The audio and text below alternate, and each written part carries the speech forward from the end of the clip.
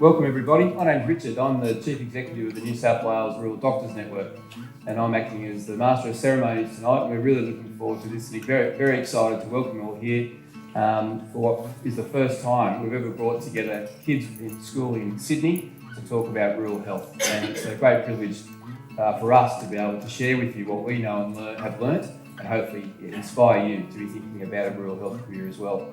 But before we start, I'd like to ask Mrs. Waters, the Principal of Pymble Ladies College, to come and welcome you all properly.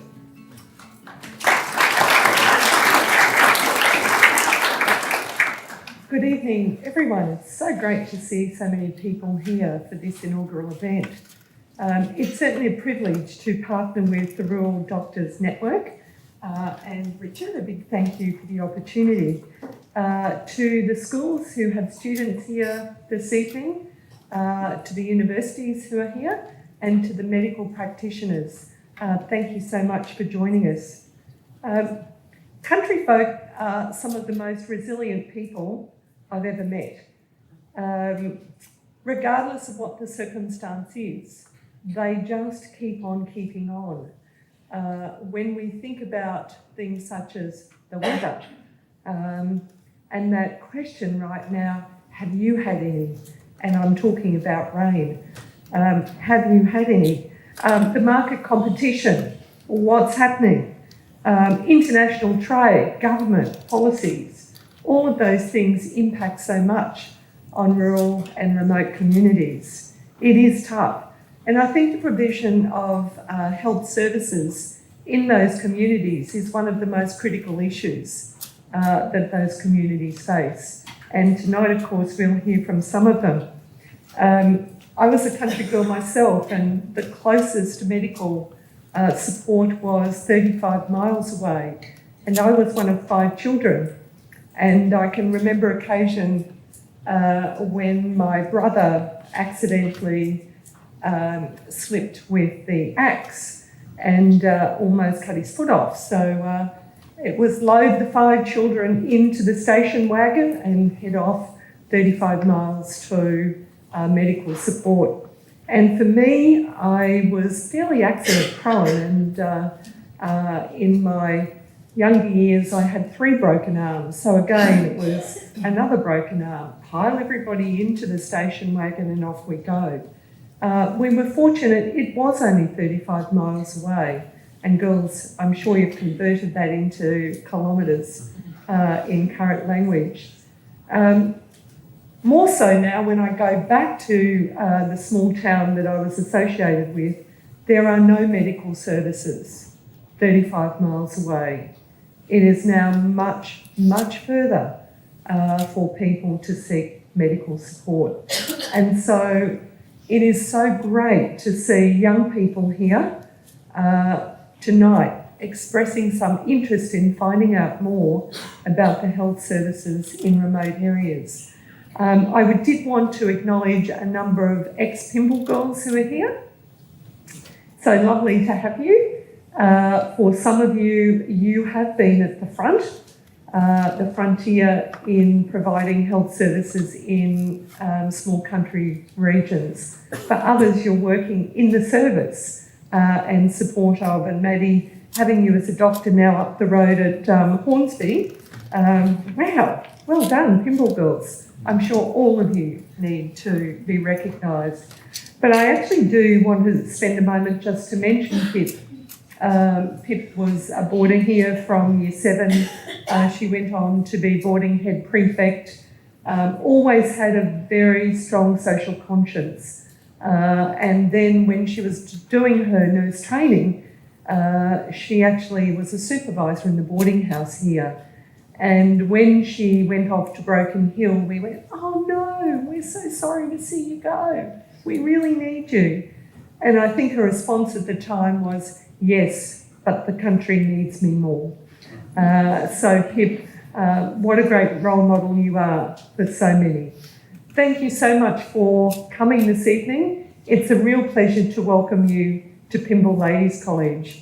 And I think we're all hopeful, Richard, that the success of this evening will only grow in years to come. So please make the most of it and enjoy your time here at this very special event. Thank you.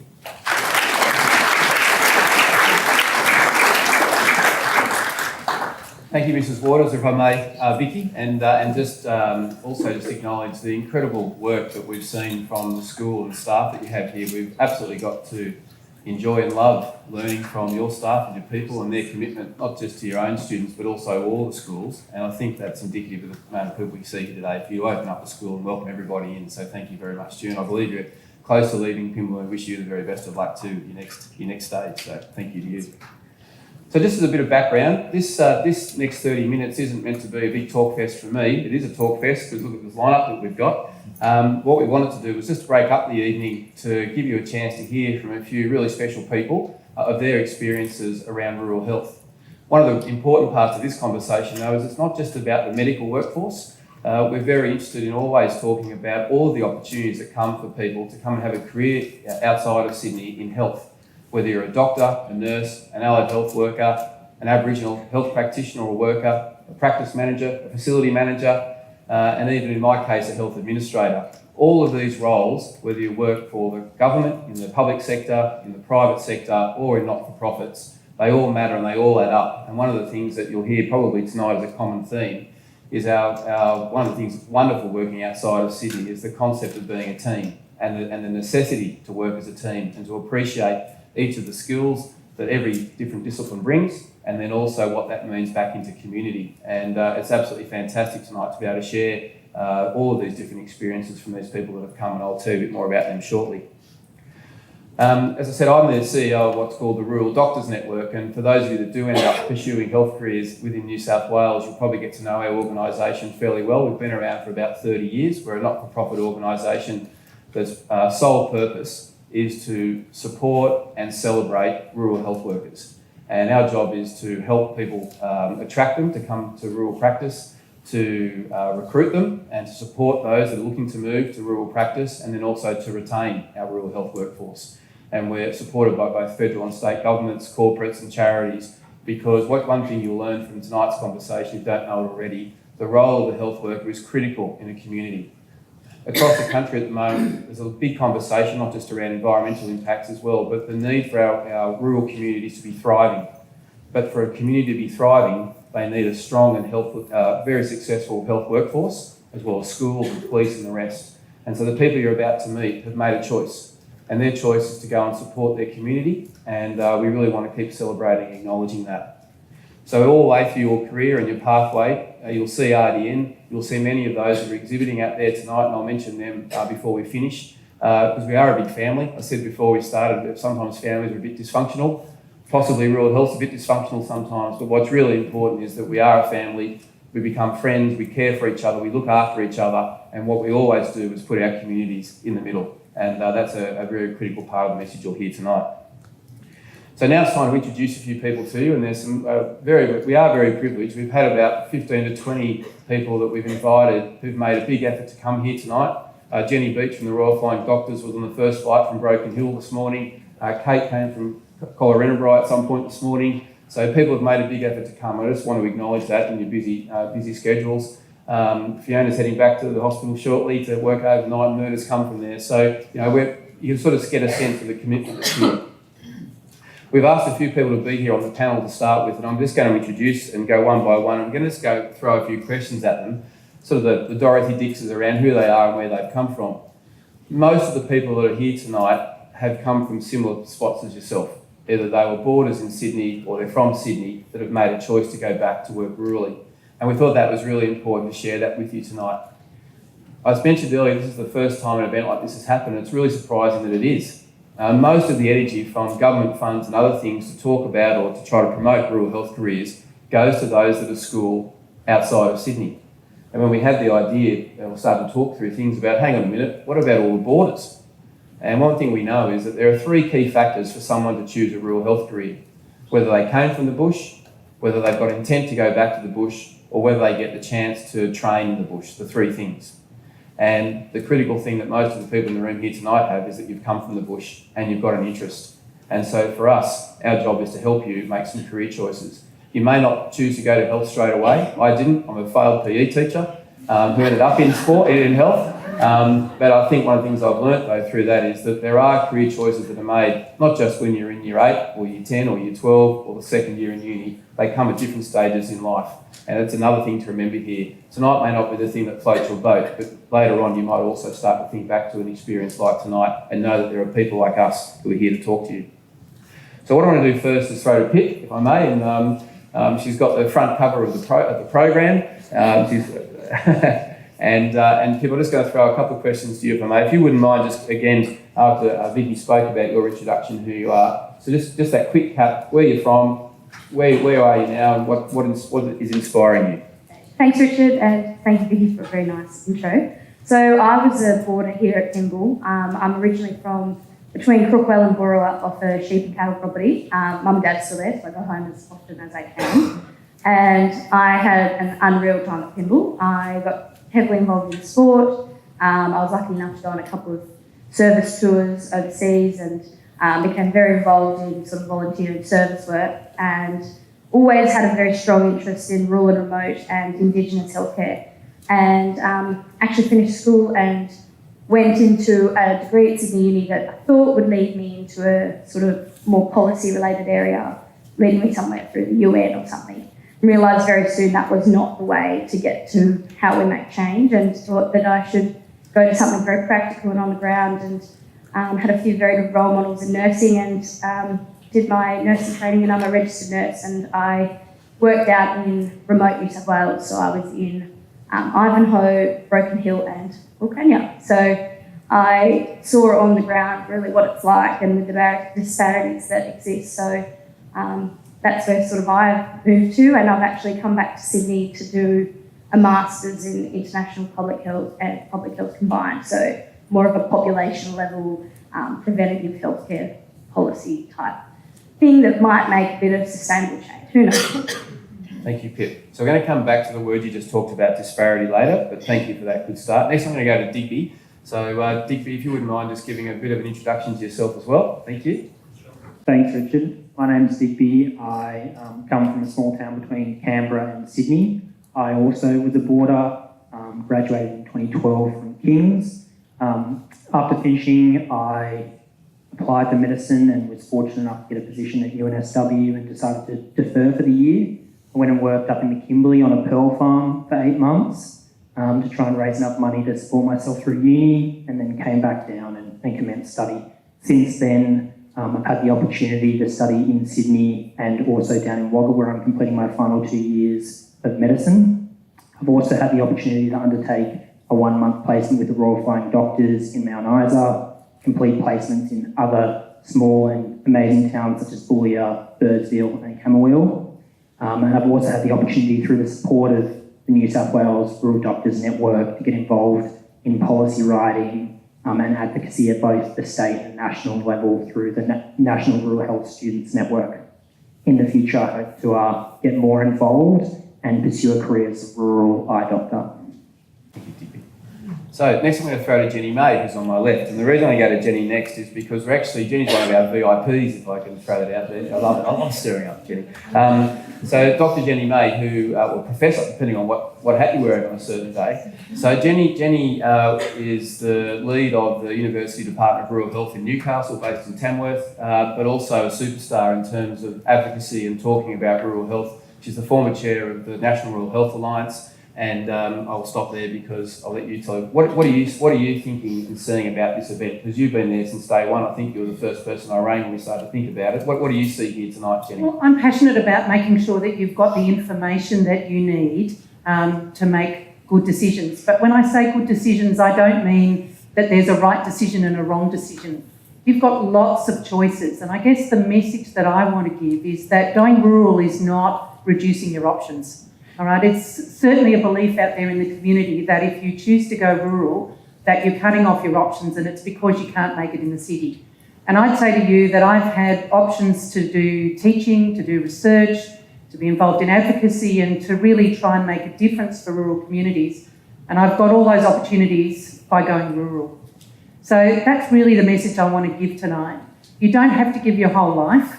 And increasingly we go through a number of different careers as we go on. So I'm not suggesting that you set yourselves up for one career in one community for the rest of your life. We're recasting rural. I think what we're looking for is people who are motivated and interested in coming to rural areas and to giving of themselves and enjoying that sense of community that we are well aware of. So I'm Metro Origin, right? I went to Barker. I was lucky enough to go to Barker and went from the North Shore of Sydney to Newcastle, which was a new course at the time. So again, Rural Origin is a significant predictor for greater rural return, but it's not the only one. If you're from Metro Origin, go out and try it. Give yourself some rural exposure and see what it's like. Thank you, Jenny. If I may just pump your tyres a bit more as well, just for a moment. If you had the chance, for those of you that watched the ABC, a fortnight ago before the election, there was a special on health on the drum, and Jenny was one of the special guests on that and did a superb job talking about current issues in rural health. And for those of you from Barker, I can see a couple of here. Just recently, Barker announced going co-ed across the whole school. I think they've restructured all the house system, and May House is named after Jenny May. So congratulations to you, Jenny, for your work.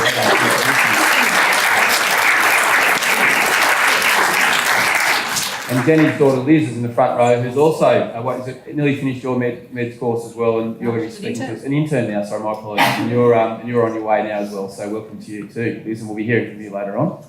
All right, Emma, now we might throw to you, if that's okay. We'll go back along the line. So Emma, you might just introduce yourself, please. I'm Emma Branger, and Yep. I grew up on the Central Coast and completed my studies in nutrition and dietetics at the University of Newcastle. And in my final year, I had the opportunity to do a year-long placement in the University of Newcastle Department of Rural Health in Tamworth. Which was a fantastic opportunity. I think it's one thing to do a rural placement and get some experience over a couple of weeks doing a placement, but to actually be immersed in the community for the full academic year, there's so much more that you can be a part of and so much more that you can learn about working in rural communities. And it was through that experience that I then decided to return and work as a rural dietitian. Fantastic. And if I may, because you've moved on from doing dietetics as well. So what's now happening? Yes, so I'm now working with you. Put it out there. Yeah. You forgot that. Yeah, that's right. I'm branded. Yes, I'm working in the health outreach program for the NSW Rural Doctors Network. So coordinating health professionals to go out and do short-term sort of work in rural and remote areas. The reason I mention that is because one of the things we see in rural health is those with clinical training quite often look to try to hold on to that clinical training, but also diversify into other things, and Emma's a great example of that. All right, Laura, it's your turn. I'm going to go back down the other end. So another Pymble girl. Laura, if you wouldn't mind just doing your intro and your background. Sure. So I'm currently working as a doctor in Tamworth. I graduated from medicine last year, and like a lot of people here, I was lucky enough to go to PLC from year 7 to year 12. I was a day girl. I grew up in Singleton, but moved to Sydney when I was quite young. My whole family moved to Sydney. Went to school in Sydney and then went to Newcastle to study medicine. I was lucky enough to do quite a few placements and gain experience in rural communities throughout my degree. I did my final year in Taree and completed the John Flynn program up in Central West Queensland. I think some of those experiences have really contributed to my passion for working in rural communities and working in rural health. So I've just started doing that in Tamworth. Great, thank you. All right, Myrna, your turn.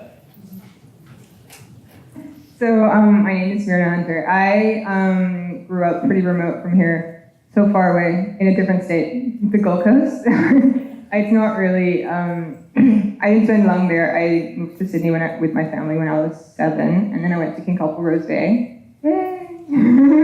But I was Metro originally as well, and I was from a pretty conservative family, so they never really let me go out and do like rural placements or anything like that, even though I kind of wanted to go on like trips with school and everything. I was originally wanting to be a vet, but then I developed an allergy to fur, and so I decided I'd be a doctor instead. And so when I went to go do my UMAT or UCAT in my final year of medical school, I unfortunately only had my passport, which was out of date by 3 days. So I wasn't able to get into medicine undergrad because my UMAT wasn't valid. So make sure you have valid ID when you do that test.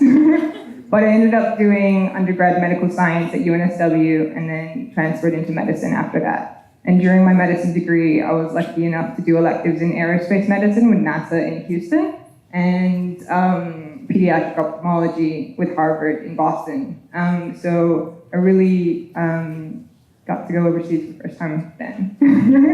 But then I did internship residency and senior residency here in Sydney and was pretty keen on ophthalmology. So I decided to take up a placement with the Lions Outback Vision Van in Western Australia, which is a giant semi-trailer eye clinic that goes to 23 different remote places, from as far north as Kununurra to as far south as Esperance, for those who know Western Australia. But I ended up loving that so much, I ended up doing that for 2 years. So I've been essentially nomadic for the past 2 years.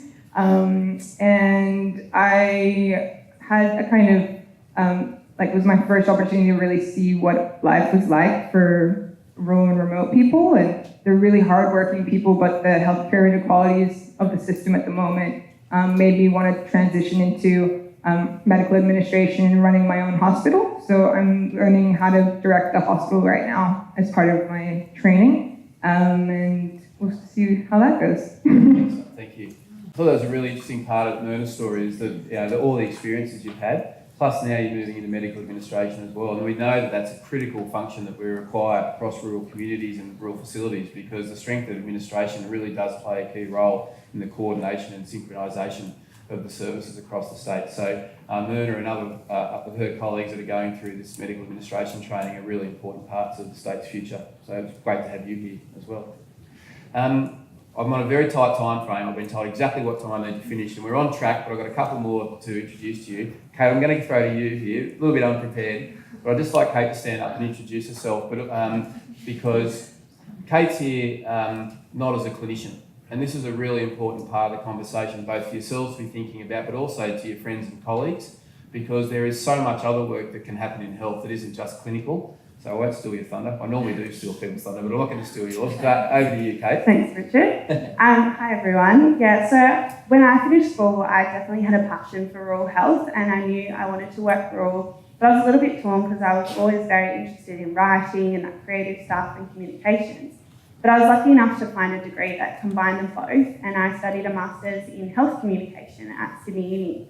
So that tied in the public health side, the health policy, but I also got those skills in journalism and communications, which really is a great way to communicate that health need out to the public, and also that more technical research as well, find ways to sort of communicate it in ways everyone can understand and relate. So I'm lucky enough now to work with the Royal Flying Doctor Service in their Federation office in Canberra. We're a very small team there, but we get to cover a lot of different roles and get lots of exposure. So we have our research team there and I work closely with them and they find areas of need in rural health and then we advocate that to both the government, to the public, through the media. And then we often find solutions to that as well, which is really exciting. We also partner with a number of people to also find innovative solutions to other problems in healthcare, like connectivity in the bush is a huge issue. So this morning I just flew back from Colorado where we've set up a new partnership that's delivering internet to areas that we were previously black spots. So it'll really improve our services as well. So yeah, not clinical side, but it's also really fascinating. Thank you, Kate. Fantastic. Now, when we talk rural health, one thing we can never not talk about is the health of our Aboriginal and Torres Strait Islander friends and family. And we're absolutely privileged tonight to have another VIP special guest in Nikki Turner. So I'm going to let her do a talk in a minute, but I'm trying to make sure we keep in time. We've had a laugh about this earlier. It was remiss of me earlier, but I sort of did it on purpose as well. I was hoping to save it for here in this part of the discussion tonight. And that is that from my personal perspective, whenever we do a major event, either as RDN or when I'm involved, I always do like to try to go through the acknowledgement of country and recognising elders past, present and future, and also all of our Aboriginal colleagues and friends in the room. I'm a Sydney North Shore boy. I went to Barker and I met my first Aboriginal person when I was 22 at university. And my life's taken me on a different course at different times. And I look back now and I still ask, and Nikki's helped me personally on this to try to come to grips with it. Why was that the case? Why wasn't I taught about the true histories of Australia? And I've been going on my own personal journey in learning about our history and also the inequity of health and other things that relate to our Aboriginal people within our state and our country. And it's very powerful when you get to spend time in remote and rural communities and with a listening ear, with your ears open, and you watch carefully, and then you come back to this beautiful place where we live, and you just think, how did this happen? I was born as a white person on the North Shore of Sydney, and I get 10 years extra life because of where I was born. And I don't accept that, and I've had to come to grips with it as well, and I've dedicated my life and talk a lot about it in our family, about the things that we need to do to ensure there's equity of health across the country for all people. So to meet someone like Nikki, for me, has been life-changing, and it's a privilege for her to be here tonight. She's gone to extraordinary lengths, which I won't go into now, to be here tonight, and we really do appreciate it. Nikki is one of only 5 Aboriginal nutritionists in the country, university qualified. She was the 3rd. She's also currently the chair of Indigenous Allied Health Australia, and she's made the choice to be here tonight to speak to us, and we're very, very privileged to have you here, and also you've brought your team, and everyone's come from different parts of the country, and we really appreciate that. So over to you, Nikki. You've got a little bit longer than everybody else, but not too much longer.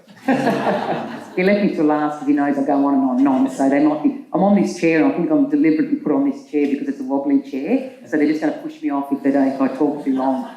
But I'd just like to quickly acknowledge the traditional custodians of the land we're on today, and thank you for the welcome. It was very nice, thanks, Dar. And I'm a Camilla woman. My family's from Ben Lomond out near Tinga, and part of the stolen generations. So I'll be coming, I've talked to Principal, and I want to come and do some talks to you about some things that I do also in my role. I work with RDN also, so I'm very privileged to work with RDN as the Aboriginal Workforce Engagement Manager. I've been with RDN 12 weeks. It's a wonderful role. Before that, I worked for 9 years out in rural and remote communities, working on large healthy lifestyle programs to try and get my Aboriginal and Torres Strait Islander people to live longer. So hopefully in the next few months I can come and talk to you at your schools about, as Aboriginal people, what we suffer from. You might know a bit, but it's not always a lot in your curriculum that you do about what's going on at the moment for our people. Richard did mention that I'm the chairperson of Indigenous Allied Health Australia, which I've got some of my wonderful colleagues over here, and they're allied health professionals that work rural and remote, and they've come from Brisbane, and Kylie's come from Katherine, Northern Territory, and here in Sydney, but worked very remote also. So we've got a stall outside, so go and have a talk to them, ask any questions you're not sure about. But the other thing is that chairperson National Peak Organisation, I get to sit at the top level with the Prime Minister. Last week I said, well, with the next Prime Minister, but now it's the Prime Minister, and First Ministers to talk about what's happening in this country for Aboriginal and Torres Strait Islander people. I'm very, very privileged. A lot of people have talked about where they went to school. I have very disadvantaged growing up. I didn't go to a boarding school, have the opportunities that you have. So I want you to think about your opportunities that you have, and you're very, very lucky to have those opportunities. So give your mum and dad, whoever's at home, a kiss, say thank you for sending me there and having this opportunity. I did it the hard way, worked my butt off, I can say that word, to get to where I am. And but there's 2 things, and commitment and motivation. That's what will get you there, and brains. I grew my brain and got eventually where I wanted to be. But you're getting taught that, so you've got the opportunity here. But if you're committed and motivated, you get to work in health rurally. That's where you're going to end up, okay? Is everyone nodding? Yes? Yes? Okay. That's good. Now you know where you're going.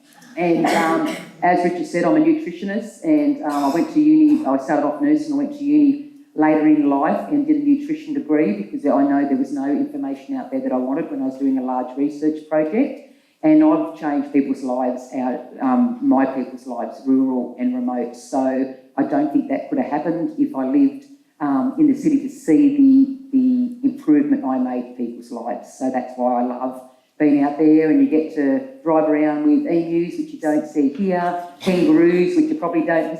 Anyone seen a kangaroo around here? Is there any kangaroos around here? Some no. So that's why you need to go rural also. You've got camels, you've got kangaroos, you've got echidnas, you've got all the wildlife out there. So that's another reason to go out there. But it's a great experience, and come and talk to the team out there in the stall and talk about Aboriginal health if you're interested in Aboriginal health, because we need you to help us live longer. Well done, Nikki. That's a record. Well done. Thank you.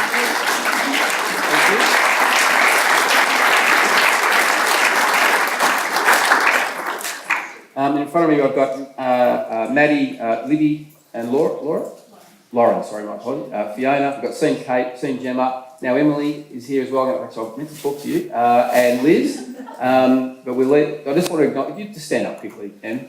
Well, both of you, why not? So these two are very special. So you've seen Liz, who's Jenny's daughter, but Em, you got to speak today on the radio about today's event as well, and you've had a couple of experiences overseas. So would you mind just mentioning quickly the UN part of your journey, and also what took you to the UN as well, if that's okay? Sure. Hi everybody, Sorry, I'm Emily. I'm a doctor in Wagga Wagga and I'm from Highfields in Queensland. A long way from home, but I can tell you now that working in rural New South Wales is fantastic. When I was a medical student, I was very fortunate to be able to go to the United Nations in New York. Last year it was the 62nd Commission on the Status of Women, and it was all about empowering rural women and girls. And I took rural Australia to the world stage, and it was a fantastic opportunity where I got to interact with inspiring women across the world who do really awesome things. And it was great because it gave me perspective, and it really demonstrated to me that there are so many women and so many rural girls and men and that really need some help. And in Australia, I think that if you're thinking about going to a rural career, it would be really worthwhile. And I'm a rural girl, didn't have the opportunity to come to a fantastic school such as Pymble, but you can make it, and you can make the career as worthwhile as you want to. Thank you, Em. And the reason I was keen to call out your experience in the UN, it was because these are the opportunities that are out there, and they're quite often it's the people that are going rural that find these opportunities because of the support networks that are around. So there's just so much out there that you can find and be involved in. So then, just to finish, I had a couple of things I may say. So we've got our partner stalls outside. I call them partners, or whatever the right word is for this. But it's very important for us tonight to recognise the fact that these organisations, we've got 4 or 5 universities, the Ministry of Health from New South Wales, Billamucci Aboriginal Health Corporation, Indigenous Allied Health Australia, the Royal Flying Doctors, who I think at the moment are the school's charity of choice. So that's fantastic. So that we've sort of put this idea out there as a new idea. And for them to come along and be involved in this is very special, so I'd like to acknowledge them for their efforts as well. And when we first talked to people about this idea, we thought if we get about 3 or 4 schools involved, we crack 50 kids, we've done pretty well, it's something a bit different. Well, we've got over 150 students in the room, we've got about 40 or 50 parents, we've cracked 200. And for us as a sector, as an industry, I think you've made us think. I mean, clearly there's a message that you're sending us as a sector that you're interested. You've probably got friends and family that are interested as well. And our job's now to create an opportunity for you. And so whether you meet people tonight or you'd like to come through the RDN channels whenever you're ready, just know that you've got people there that are keen to support you.